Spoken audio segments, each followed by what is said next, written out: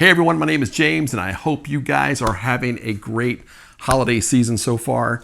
I've got a lot of questions coming in about weddings, especially about filming weddings, since I posted several videos lately. So I'm one of those guys, if you haven't followed me before, you will find this out pretty quickly, that I'm one of those guys that rather than just put text on a web page, I'd rather just shoot a vlog or a video, and talk about it. So these are a couple of questions that I'm getting asked about weddings if you're interested in looking for a wedding videographer for your upcoming wedding, if you're in those planning stages right now. So we'll just go through them one by one, and here is the first one. So I would say it's more of a combination of both. I don't strictly do cinematic shots the entire time, but I don't strictly do documentary shots the entire time. So if you've watched my films, you'll probably notice they're a little bit different in the sense they're much longer. I usually average between 12 and 15 minutes. You will also see and hear, mainly the audio portion is the big thing. You will hear a lot more audio in your film.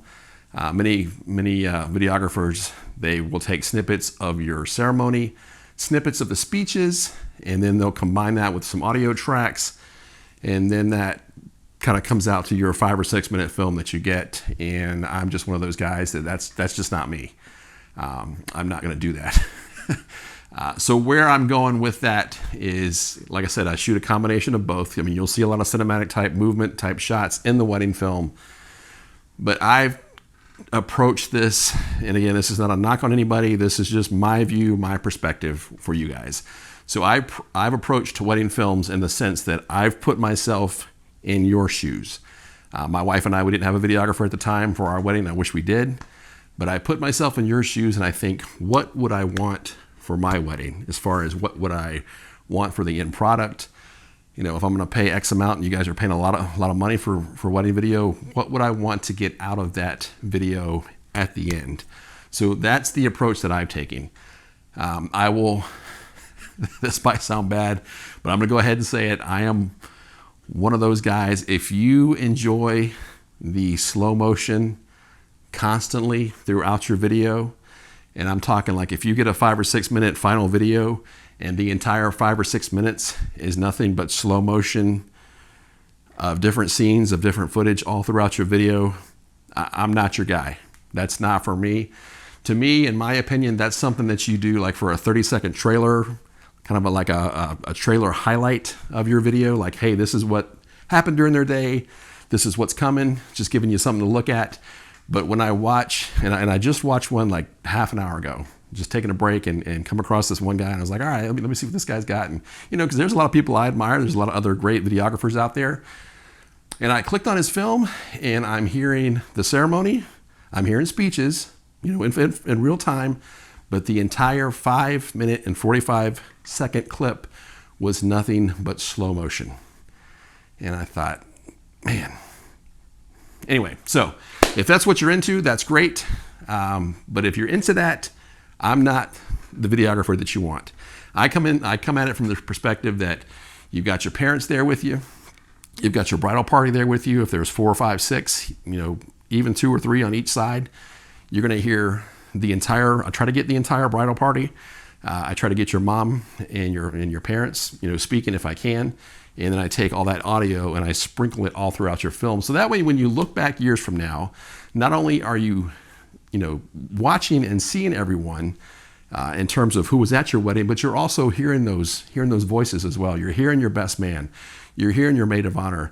You're also hearing your bridesmaids. You're hearing your other groomsmen in the video. And I just try to take that approach and do it a little bit different there. So like I said, if you're into the slow motion constantly throughout your video, there's a time and a place for that, but in my opinion, I just think it's so overused and so overrated right now. It's a complete turnoff for me. And I almost feel like sometimes I want to think, are you just using all this footage and slowing it down just to, take up that 5 or 6 minutes of film? Anyway, like I said, it's not a dig on anybody. It's just my perspective. I can't stand it. And that's why you'd hardly ever see that type of movement in my videos. I'd rather everything kind of be more in real time. You're hearing your bridal party, you're hearing your bridesmaids. There is going to be some slow motion here and there, but not to the degree that I see everywhere nowadays. That's just not me. And maybe, I don't know, maybe I'm in the wrong side of the camp doing this, but I've tried to, like I said, put myself in your shoes. And it's something I've also asked brides, hey, do you like this? Or do you like this? Or, you know, so anyway, just let you guys know that's what I do. I don't shoot documentary, but I don't shoot completely cinematic either. It's a hybrid of both. So on to the next question. Yes, I use audio all over the place. Audio comes into play huge, you know, for your ceremony. The officiant is mic'd. The groom is mic'd. I used to mic the bride as well. That's a little bit more difficult to do, and I found that the volume that I can pick up on both the officiant and the groom can usually pick up the bride as well pretty good. So I don't really do that anymore. But just know, I'm one of those guys that likes to expect the unexpected. So, you know, there's been times where I've mic'd the officiant and the groom, like with double layer mics, if that makes sense. Like there's two of them there. And, you know, they kind of look at me and I'm just like, hey, you know, if one kind of freaks out on me if I have a wireless on them, I will also put another digital lav on them as well, because I've had problems with wireless, especially outside. So it's just kind of a backup, especially if I'm tapped into like the DJ's system and I'm going through their wireless. I will definitely mic both the officiant and the groom with my own personal mics as well. And sometimes I'll get that look. A lot of times, especially from officiants, they'll tell me, well, I'm already mic'd. And I'm like, you know, it's okay. Let me mic you again. I kind of explain why. You know, they usually get it when I do. But it's just a fail safe for me to make sure that I've captured your audio the best that I can, because I can't stop in the middle of the wedding and say, hey, I missed that audio. Can we redo that one part? Can we redo your vows? That, you know, that's not reality.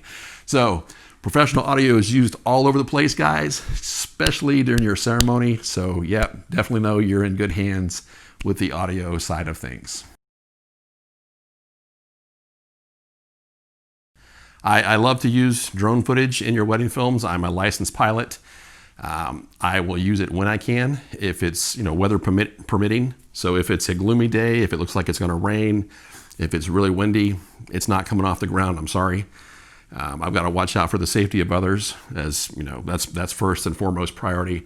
But if I've got the clear I feel and the green light, so to speak, to get drone footage for your wedding day, then yes, I will definitely do that. There's no extra charge for that. That's part of the package. But again, if I can't do it, if I don't have enough time to do it, if the weather is not permissible to do it, then it's not going to happen. So, but just so you know, I am a licensed drone pilot. I'm insured, and yeah, that will definitely take place if all those factors allow me to do so. Yeah, so as far as what you receive, I mean, with me, if you choose the bigger package, I used to just have one package that included all of this.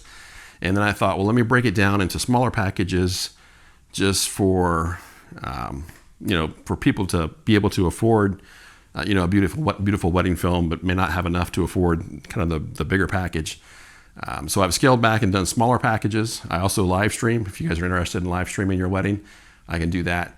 But in terms of the ceremony, the speeches, the cake cutting, you'll see that in your film, but like the full